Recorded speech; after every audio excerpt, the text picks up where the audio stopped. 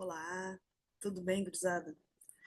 Bom, vamos lá então para mais uma aulinha de literatura e a gente vai começar então retomando, né, algumas coisas que a gente falou na outra semana e vamos falar então sobre, vamos começar ali pelas habilidades que vão cobrar de vocês, tá? Para a gente deixar tudo clarinho e não ter nenhum problema depois com isso. Olha só. O que a gente precisa ver então, né? A gente tem que identificar a ideologia dos textos a partir da análise do conteúdo, extrair do plano do conteúdo a partir do estudo do texto ideias implícitas, identificar as figuras de linguagem presentes no texto, identificar e analisar as variantes linguísticas regionais nos textos, reconhecer a estrutura dos textos narrativos, comparar os textos da mesma espécie e o contexto social em que eles foram produzidos, contrastar temas e textos da mesma espécie, reconhecer que o texto literário ele apresenta um uso da língua não substituível por nenhuma outra forma de expressão, perdão, relacionar textos de diferentes épocas a partir de suas temáticas, buscar nesses textos que a gente vai estar trabalhando, né, as marcas históricas que acabam diferenciando eles, trabalhar em uma perspectiva comparatista, né, a gente vai precisar ir comparando, entender aqui a literatura como uma, só um minutinho aqui, como uma manifestação artística do ser humano, analisar os aspectos formais e temáticos nesses textos literários, diferenciar um texto literário de um não literário e comparar diferentes estruturas, né, de contos. Bom, o que significa isso, né? Que a gente, a partir de agora, começa a discutir a questão da literatura. E vamos primeiro ver assim, né, o que que é essa literatura. A gente até conversou na outra aula, né, sobre o que que era literatura e tal. E a gente precisa conseguir identificar se um texto ele é ou não literário, né? Pô, mas e aí, como é que a gente vai fazer isso? Bom, se a gente pensar, né, que a literatura, a gente pode caracterizar ela como sendo a arte da palavra, né? A gente precisa identificar, bom, tá, mas então qualquer coisa é literatura? Bom, aí eu chamo vocês para a gente pensar no seguinte. Vamos supor que vocês estão lá falando com o crushzinho de vocês, e aí vocês mandam uma mensagem dizendo que amam, né? Ah, eu te amo. Será que isso é literatura? Será que isso é um texto literário? A gente fala, não é? Bom, vamos ver. É, é uma fala do cotidiano, né? Bom, se é uma fala do cotidiano, a gente pensou na estrutura, pensou na linguagem, na forma como a gente ia colocar isso, é, a gente cuidou, o que que, a forma como seria dito, a gente teve esses cuidados? Será? Bom, eu pergunto para vocês. E se a gente olhar para uma poesia lá de Camões, que vocês muito provavelmente já viram, né? Já viram em outros momentos. Se a gente olhar então para a parte que diz ali, amor é fogo que arde sem se ver. Ele escreveu lá no século XVI. Para aí, a gente está falando de amor também, né? Mas como assim? Amor é fogo que arde sem se ver? Olha o que ele, a forma como ele escreve para falar sobre amor, né? É provável que ele aqui esteja fazendo uma referência ao quanto o amor dói, né? Porque imagina, como é que é uma coisa que vai estar ali, que é um fogo que vai, se a gente fosse pensar de forma literal, né? Que tá ali, que tá ardendo e a gente não consegue ver, como assim, né? Então, para isso, né, a gente pode pensar que esse eu poético, né, que é esse eu lírico, que é essa voz poética dentro da poesia, que ela está nos mostrando que quando a gente ama, a gente sofre, né? Então, olha tudo que a gente precisou pensar, né, para para identificar isso, tá? Se a gente comparar com essa mensagem lá que vocês mandaram pro crush lá dizendo que amava, não precisou todo esse trabalho, né? Não precisou cuidar a escolha da palavra, posso usar com isso ou não, é, se o som da palavra, se o som daquela palavra vai encaixar com o som do outro verso que eu vou escrever, sabe, ou da outra coisa que eu vou escrever. Então, a partir disso, a gente consegue identificar aí essa questão da arte, né? E esse texto literário, ele é o quê, né? Ele é esse conjunto de códigos artísticos que são elaborados historicamente e que vão se referir à esfera intra e extratextuais, ou seja, né, intratextual na questão ali dos códigos mesmo, que está escrito, que está no papel, né, e o que está fora disso, e o contexto, e aí a questão histórica, e a gente começa a olhar para a sociedade, as coisas que vêm acontecendo no decorrer do tempo, tá? E depois disso, então, a gente pode pensar, né, que a literatura, né, e essa arte da palavra, ela nada mais é do que uma manifestação artística do ser humano, tá? É uma manifestação artística nossa. E assim, de que forma a gente faz isso, né? E o que que a gente faz através dessa arte, né? A gente consegue representar os nossos sentimentos, os nossos pensamentos, e tudo isso a gente faz também, não só com a palavra em si, né? Não só com a questão escrita, né? A gente pode manifestar a arte com uma música, né? Pode com um filme, com uma escultura, tá? Então, são diferentes formas de linguagem. Só que, claro, quando a gente está falando da literatura, a gente vai falar, sim, da questão da arte da palavra, tá? Então, o que que acontece? A gente, não sei se fica claro para vocês, mas quando a gente está trabalhando, então, com essa questão de identificar ou não o que é literário, vocês vão ver que as coisas que a gente vai vendo e vai lendo dentro da disciplina mesmo de literatura, que elas estão agrupadas, né? Dentro do estudo da literatura, que é algo que agora já se discute, né? A gente pode ver que existe uma linha do tempo, né? Em que as escolas literárias, que as estéticas literárias, elas são agrupadas. E isso, na verdade, vem sendo discutido, né? E o PAV faz isso de uma forma diferente. Então, é muito provável que vocês vejam o que a gente, né, vai estudar e tal, e que pensem assim: ah, não, mas isso a gente não vê dessa forma na escola. Bom, o PAV traz essa nova proposta, tá? De a gente ver essa literatura de uma forma diferente, de uma forma que a gente consiga ligar as coisas, tá? Vocês vão ver que se faz, a gente vai falar hoje sobre o quinhentismo, sobre a carta, né, de Cabral, perdão, a carta de Pero Vaz de Caminha, né? E ela, vocês vão ver que a gente, até hoje, a gente consegue relacionar, a gente vai ver autores que relacionam com a carta e com visões históricas a partir dessa carta, tá? Exatamente por isso. Então, a gente vai ver coisas, vai ver esses textos, essas obras, né? E vai relacionando com outros períodos históricos também, tá? Isso é uma das exigências que vem no PAV, né? Para a gente ir, para a gente não ver essas estéticas literárias tão separadas e tão estanques, assim, né? Para que a gente consiga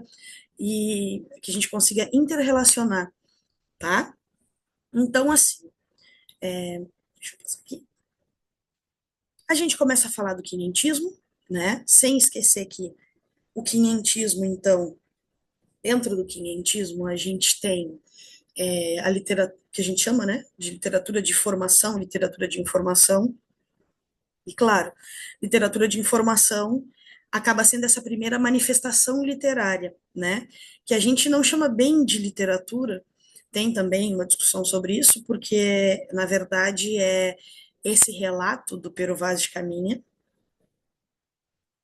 que chega aqui e que vai contar as coisas que ele viu aqui, né? Então, se a gente for pensar no que a gente estava falando agora, na questão de ser um texto literário, opa, será que ele parou e pensou? A gente vai ver que sim, né? Mas será que isso é um texto literário dentro do que a gente vinha vendo, né? Vinha discutindo? Bom, essa carta do Caminha, né? Acaba sendo a primeira manifestação literária aqui no Brasil, tá? Só que, claro, a gente não pode esquecer que ele é um europeu, um português, chegando aqui e relatando o que ele vê, tá? E claro, ele vai fazer isso, a gente vai ver agora, mas ele vai fazer isso respeitando as vontades da coroa portuguesa, né? E claro, o marco inicial disso, né, do quinhentismo e dessa estética literária, não chega a ser bem uma estética literária, mas né, dessa manifestação literária aqui no Brasil, porque, claro, né, se eles vêm para cá, eles encontram o Brasil e começam a escrever a partir daqui, e ele não é um brasileiro escrevendo, então a gente não vai trabalhar com a questão da literatura brasileira em si, né? A gente vai ver isso mais adiante. Bom, então os portugueses chegam aqui, né? E aí o Pero Vaz de Caminha, ele vai relatar, como eu disse para vocês, né, o que ele encontrou. O que que acontece? A gente vai trabalhar com a questão da literatura dos viajantes, tá? Ué, mas por que isso? Porque olha lá, Pero Vaz de Caminha, o Hans Staden e o Jean Delery, eles vão, os três, eles vão falar sobre o que eles viram aqui no Brasil quando eles chegaram, tá? Cada um com sua particularidade. A gente tem a Carta do Caminho como um primeiro documento histórico, né?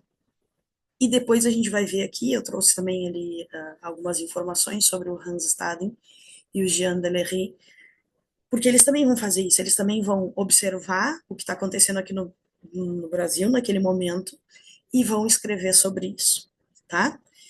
Então, que acontece? Pensando nessa literatura de viajantes, né, dos viajantes, a gente percebe, né, que Caminha chega junto aí com as caravelas de Cabral em 1500 e ele é o escrivão de Dom Manuel, né, do rei.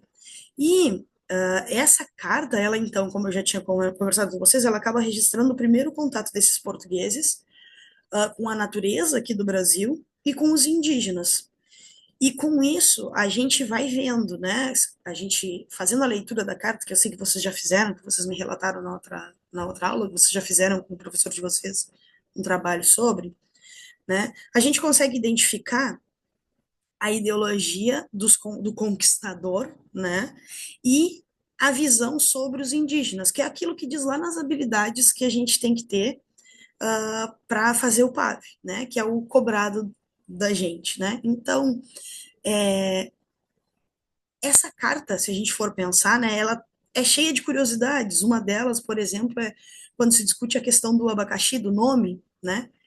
Porque abacaxi, né, e tem uma coroa, então de repente remete à coroa e toda uma questão por trás disso, né?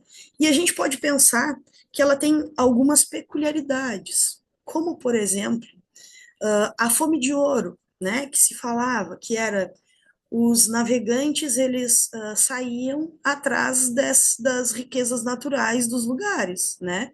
Se a gente for pensar que eles estavam procurando as Índias e se perderam e chegaram aqui, né? E aí, claro, eles chegam e eles não identificam realmente assim de cara, né? Esses bens materiais visíveis, né? Mas, claro, eles sabem que tem ali, né? Eles conseguem identificar isso, mas não é algo visível, né?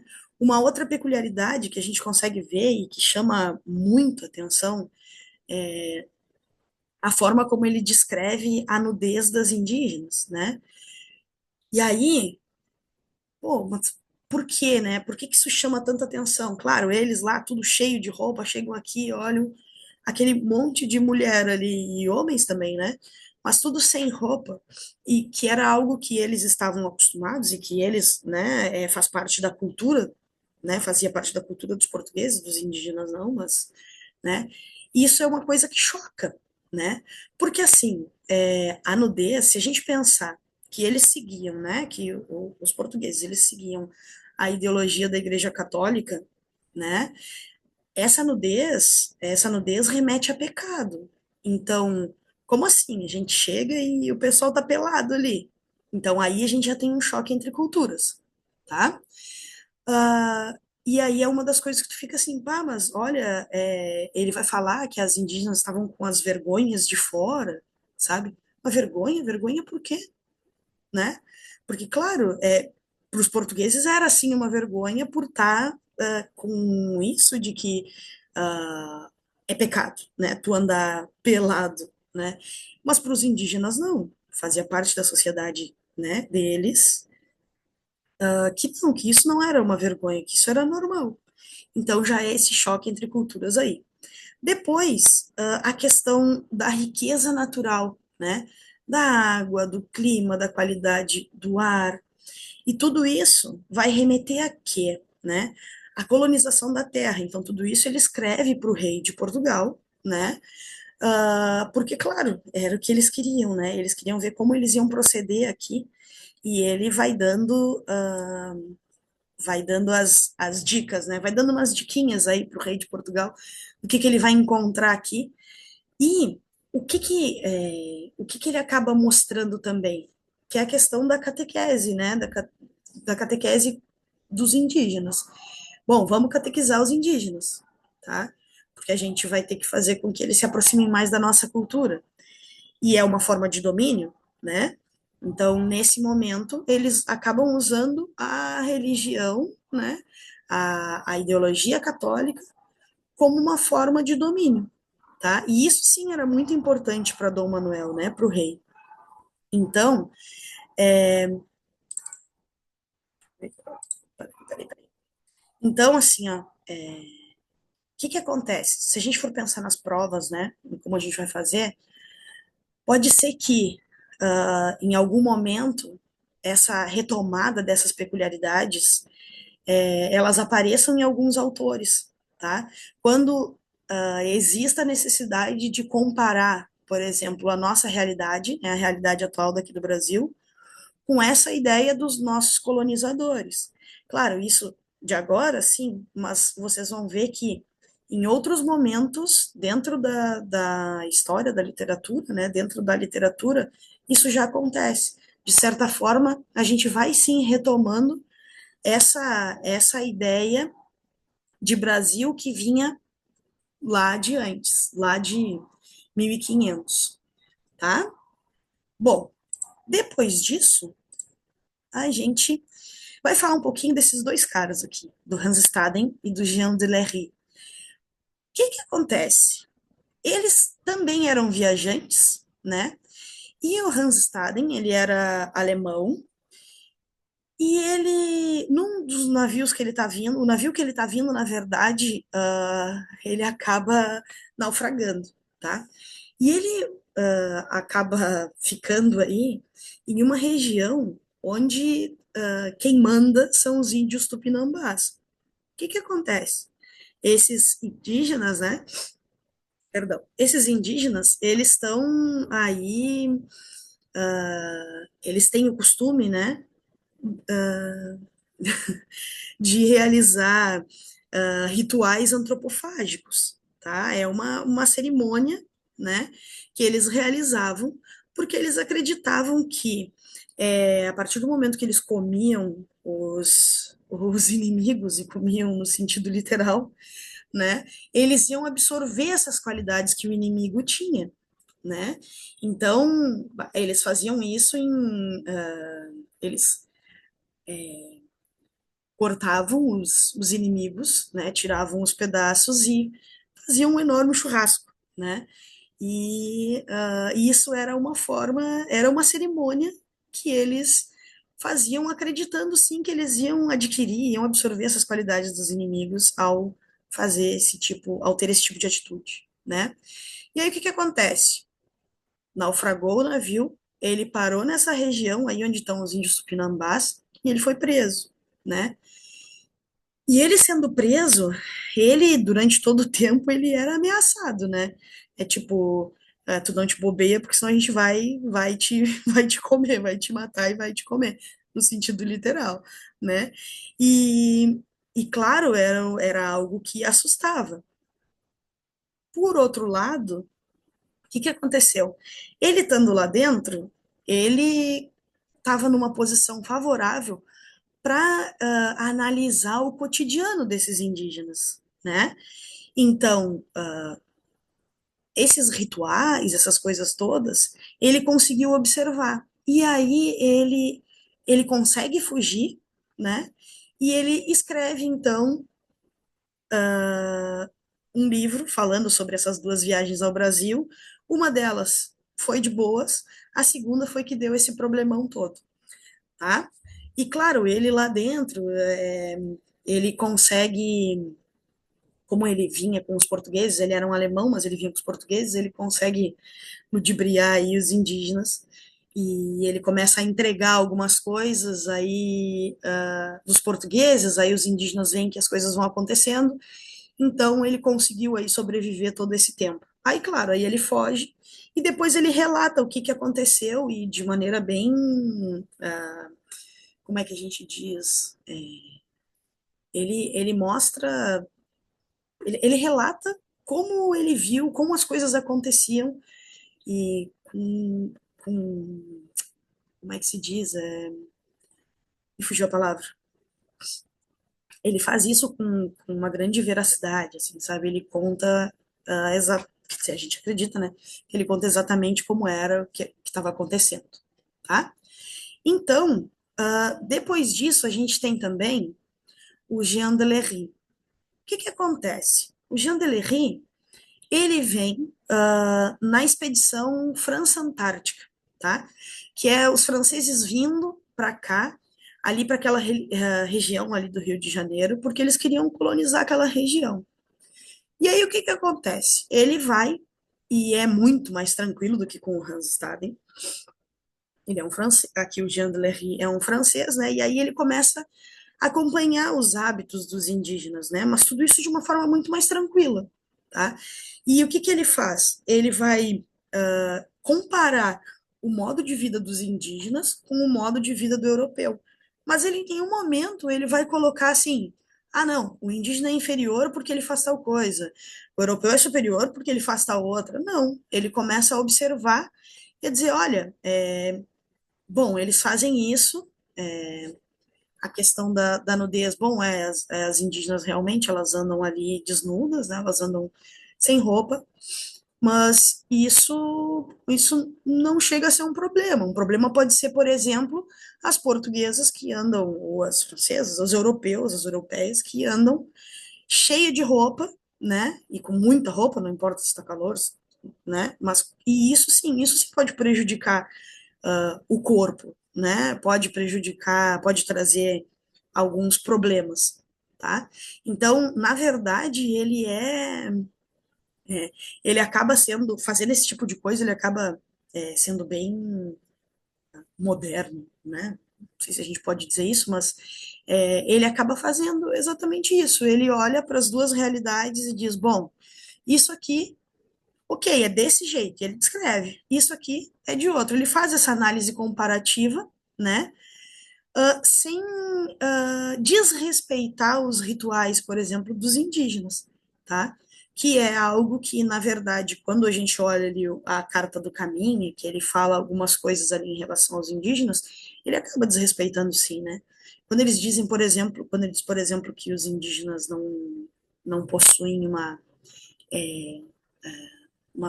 é uma sociedade, mas ele não possui regras sociais, sabe? Não é assim. É diferente da dele, mas não é que não exista, sabe? E o Jean Delery, ele faz isso, ele diz, olha, é diferente, existe, tá lá, não é igual, é só diferente, não significa que é inferior ou superior, é só uma realidade diferente e são rituais diferentes que são realizados por esses indígenas, certo? Fica claro? Aí, depois que a gente falou desses viajantes, se vocês forem ver, dentro dali do que traz, né, ali que a gente precisa estudar, vocês vão ver que a gente precisa realizar. Ai, meu Deus, confundi a palavra. A gente precisa analisar as cartas chilenas do Tomás Antônio Gonzaga.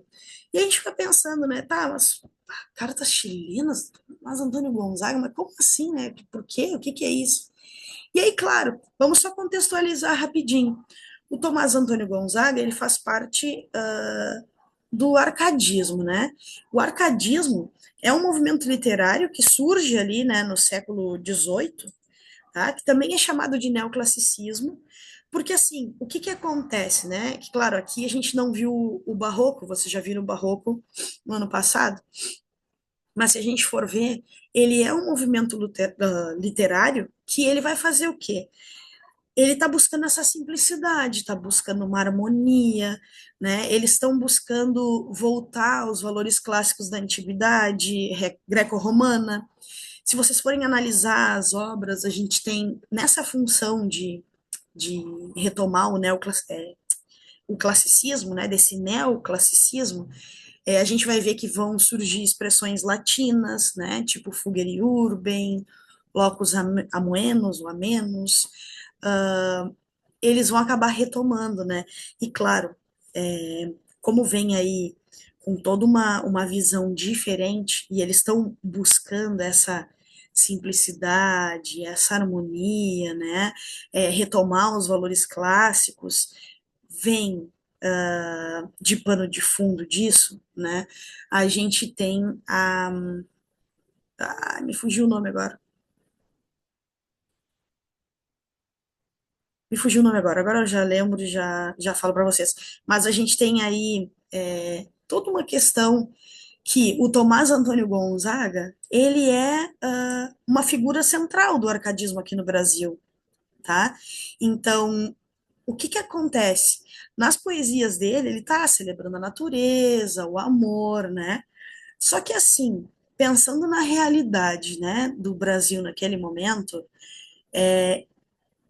ele escreve também o que o povo está querendo, o que eles estão querendo, né? Que é liberdade e justiça, tá? Ele era advogado, ele era poeta, e ele, é claro, ele fica conhecido, não só por isso, tá? Mas ele fica conhecido pelas cartas chilenas, tá? Que são cartas que vão criticar a administração colonial do Brasil, né? Essa administração colonial portuguesa aqui no Brasil.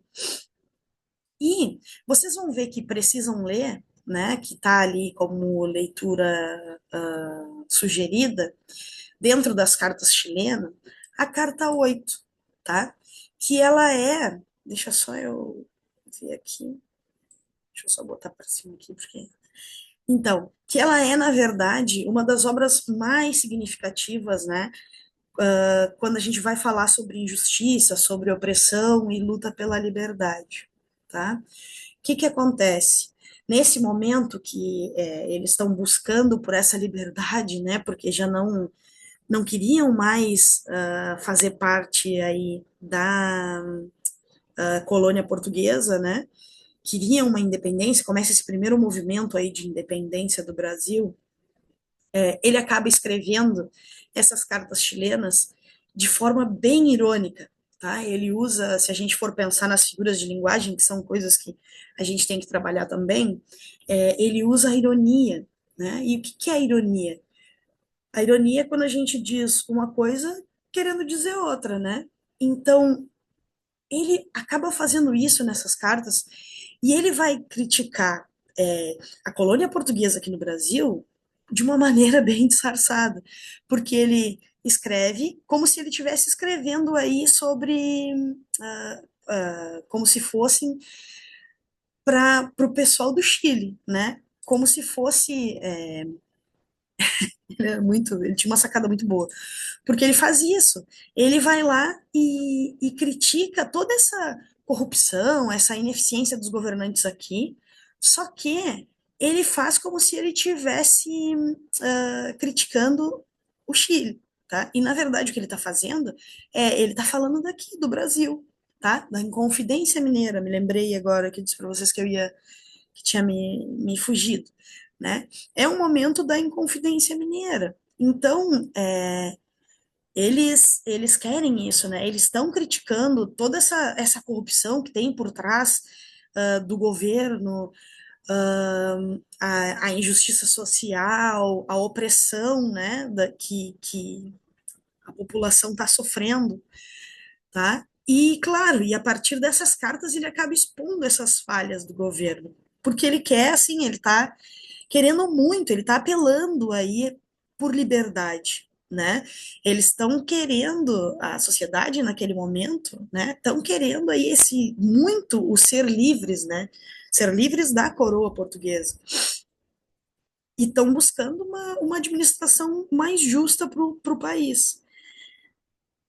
E aí, essas cartas chilenas, elas são, esse livro, ele é considerado uma obra-prima, tá? Desse período colonial, e é sim um marco da literatura brasileira.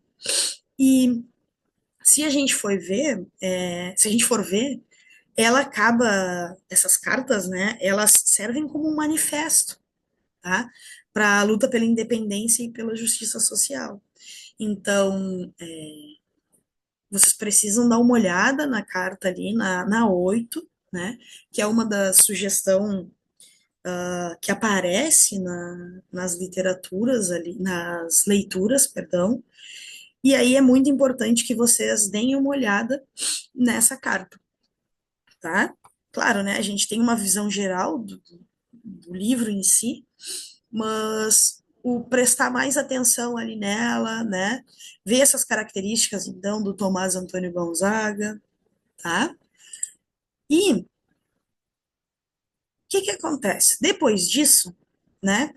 A outra sugestão que vem ali para nós é a produção literária no período ditatorial pós-64.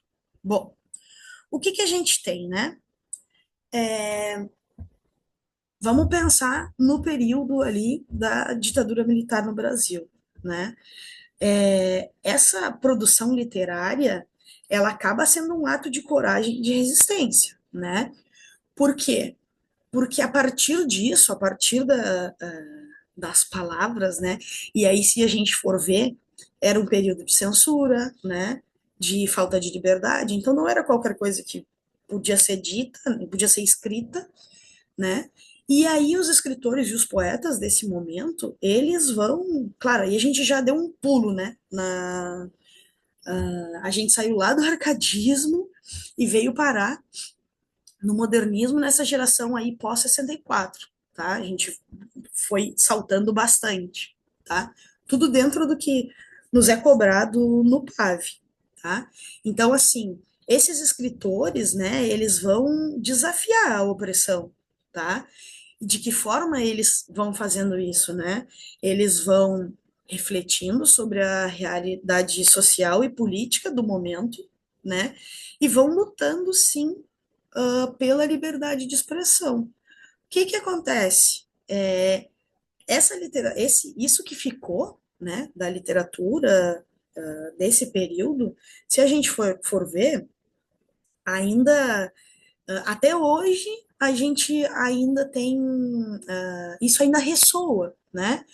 E acaba sendo muito relevante para entender a história do nosso país, a cultura, né, e a cultura desse Brasil contemporâneo. Tipo, bom, tá, mas isso aqui hoje é assim por quê, né?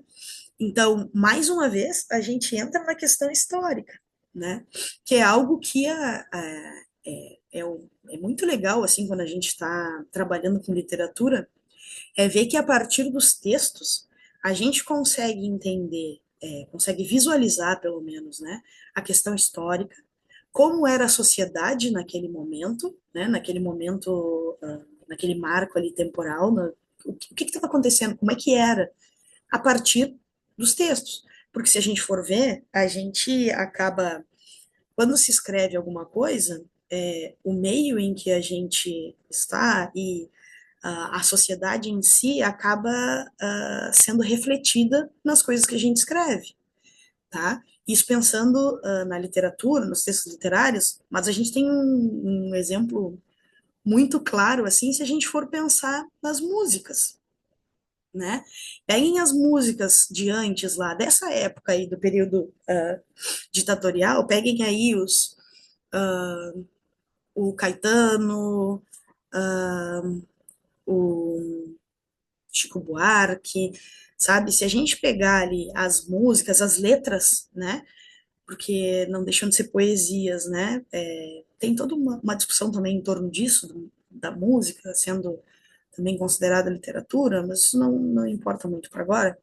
Mas se a gente for ver a forma como eram escritas as músicas, elas não podiam ser diretas, né? Porque senão,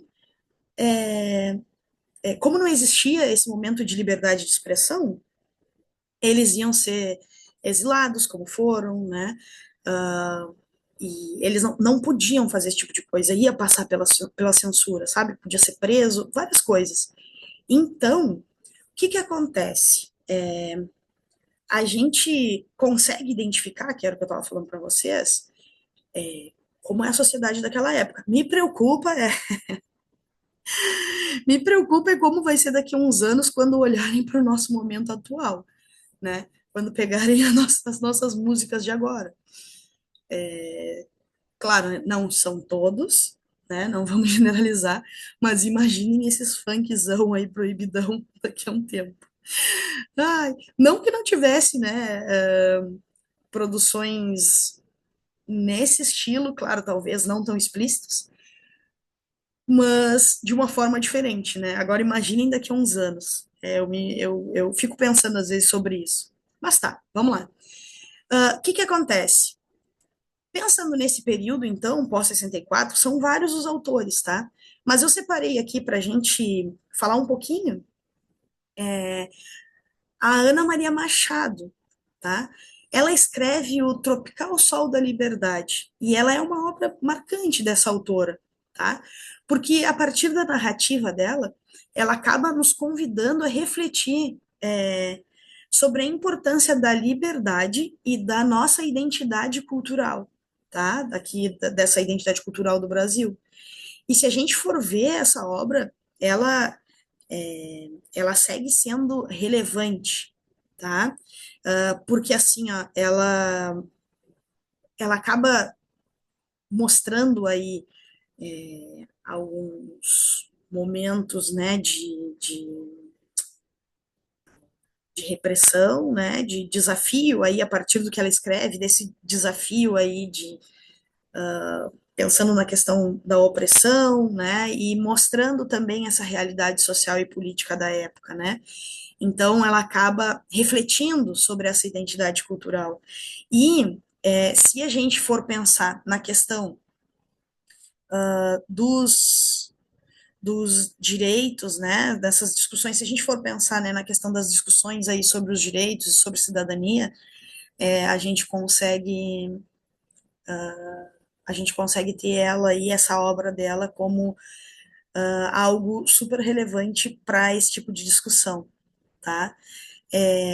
O livro em si, ele acaba ele tem como contexto, né, a redemocratização no Brasil, e claro, ela vai refletir, perdão, sobre esses anos de repressão da ditadura militar, tá?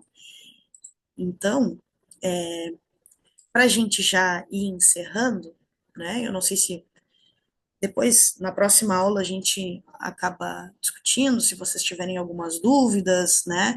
E também a questão dos exercícios, que é importante que vocês façam para ir tendo uma ideia de como funciona a prova. Olhem o que a gente viu, né? A gente viu a visão, né, as percepções dos estrangeiros para cá, né? E a gente viu lá a percepção do Caminha, do Hans Staden, do Jean Delery, a percepção deles da nossa cultura, do que estava, né, da cultura dos indígenas daquela época, né? Depois a gente tem as cartas chilenas, que vai mostrar a percepção, né, do Tomás Antônio Gonzaga da sociedade da época também, né? E aí, em algo mais atual, que vem a Ana Maria Machado falar sobre essa questão também cultural e também de identidade brasileira, tá? Então, isso é uma das coisas que é muito legal ali, vendo como eles estruturaram o PAV, né? E vendo ali como eles estruturaram essa questão da literatura e toda essa discussão que tem por trás, né, da forma como se ensina a literatura, é que a gente consegue ter uma ideia de como se percebia o Brasil antes, como o durante aí, né, e até os dias atuais. Então a gente consegue ter uma ideia do contexto histórico, da linguagem utilizada, né, da forma como retratam a cultura, a identidade cultural, né, do povo daqui. E isso é muito legal de ver a partir da literatura, dos textos literários e dos textos em si, né, dos textos que foram escritos sobre a nossa gente, né? Então, para a próxima aula, a gente dá uma olhada nas atividades, vocês têm exercícios ali no livro de vocês, façam, vocês já viram que tem ali o gabarito também, vejam ali, né, não esqueçam de primeiro olhar o comando da questão, olhem as alternativas e aí vão para o texto e tentem já ir selecionando o que está pedindo para vocês ali, né? O que está sendo cobrado de vocês. Bom, depois de fazer isso, de resolver a questão, olhem ali o gabarito e se vocês ficarem com dúvida, para a próxima aula, né, tragam e a gente dá uma discutida antes de começar com o próximo conteúdo, tá? O que eu ia dizer para vocês? Eu separei os conteúdos de vocês em blocos, tá? Então, a gente vai. Esse foi o primeiro bloco. Depois. Eu não tô com os meus papéis aqui.